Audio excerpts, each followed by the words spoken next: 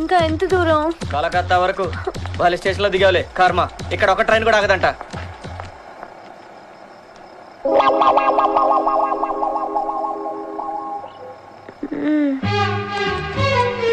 బావా వీళ్ళ దగ్గర 50 రూపాయలు తీసుకో. సరోజా ఇక్కడ 2 బిర్యానీ. ఇదిగా వస్తున్నా. బావా ఈ దగ్గర 100 రూపాయలు తీసుకో. సరే. బిర్యానీలో మటన్ లేకుండా నీ పిల్లం పైసలు తీసుకుంటా. ఏం చేస్తా బాబు గొడవలు వద్దమ్మా. ఏమవుద్దు నేనేదో తెలుసా? ఏ రాదనరా నన్నే డబ్బులు అడుగుతా. డబ్బు డబ్బులు సరోజా చంపేస్తాను మనం. వద్దమ్మా వద్దు. ఏంట్రా వద్దు సరోజా, వద్దు సరోజా. బాబు వద్దమ్మా ప్లీజ్. గొడవలు వద్దమ్మా. ఏంట్రా గొడవలు వద్దు. సరోజా వద్దు. నా కాళ్ళు పట్టుకుని బతి వల్ల నీ పిల్లల్ని నాతో పంపి, లేకపోతే నేను చంపేస్తా.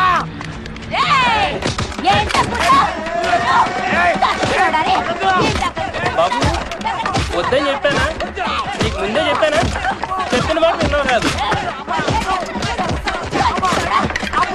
సరోజా వద్దు.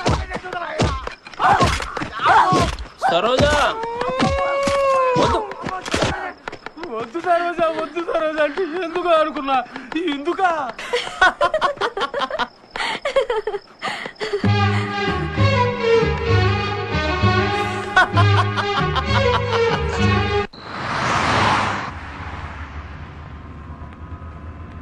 అసలు నువ్వు మనిషివేనా?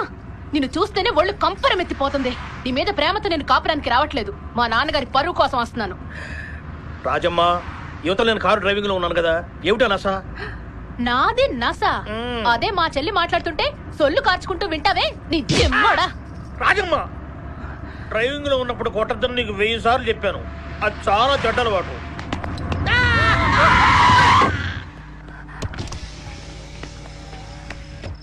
సార్ మేము ట్రైన్ మిస్ అయ్యాం, కొంచెం లిఫ్ట్ ఇస్తారా? కుదరదు. కుదురుతుంది. కుదురుతుంది. Thank you madam.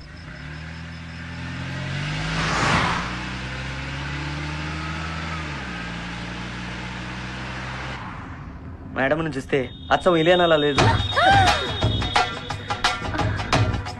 అవును, ఆమె ఇలియానా, నేను మహేష్ బాబు. ఇద్దరం కలిసి కాశ్మీర్ డ్యూయట్ కి పోతున్నాం. ఏం జోకు లేకూడదా?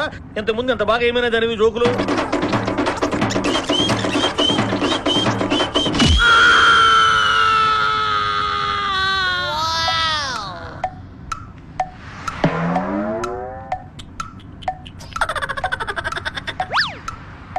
లిఫ్ట్ ఇస్తే నాకే ఎసరు పెడతావురా? సార్ హస్బెండ్ వైఫ్ అన్నాక గొడవలు సహజం. నేను ఫార్ములా చెప్తాను, మీరు ఆ ఫార్ములా ఫాలో అయ్యారనుకోండి, మీరు పోగొట్టుకున్న సుఖ సంతోషాలు మళ్ళీ మిమ్మల్ని వెతుక్కుంటూ వస్తాయి. ఏంటి ఆ formula? That is called the one and only great flash back phobia treatment.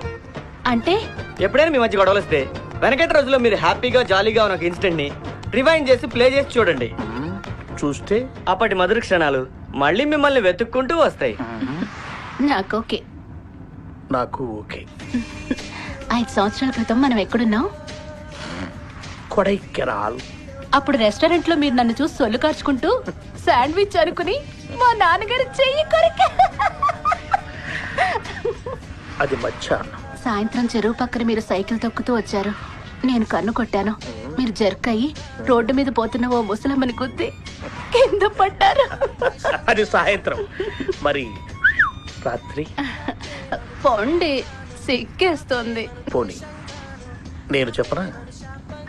ఆ రోజు చాలా చలిగా ఉంది. నేను నీకోసం మన గదిలో విరహ తాపంతో ఎదురు చూస్తున్నాను. ఇంతలో కరెంటు పోయింది. అవును, నాకు గుర్తుంది. అప్పుడు నువ్వు తలుపు తెరుచుకుని లోపలికి వచ్చావు. ఒకటే మల్లెపూల వాసన. ఆ పున్నమి వెన్నెలలో నువ్వు దేవతలా ఉన్నావు. అప్పుడిక నేను ఆపుకోలేక ఏ ఆ రోజు నేను 7 గంటలకే నిద్రపోయాను రా. అప్పుడు నీకు పాలు తీసుకొచ్చింది నా చెల్లిరా.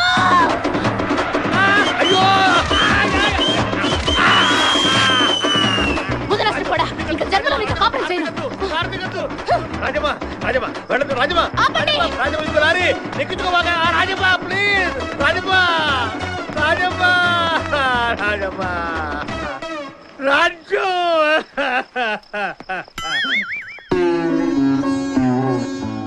నువ్విచ్చిన సలహాకు చాలా కృతజ్ఞుణ్ణి.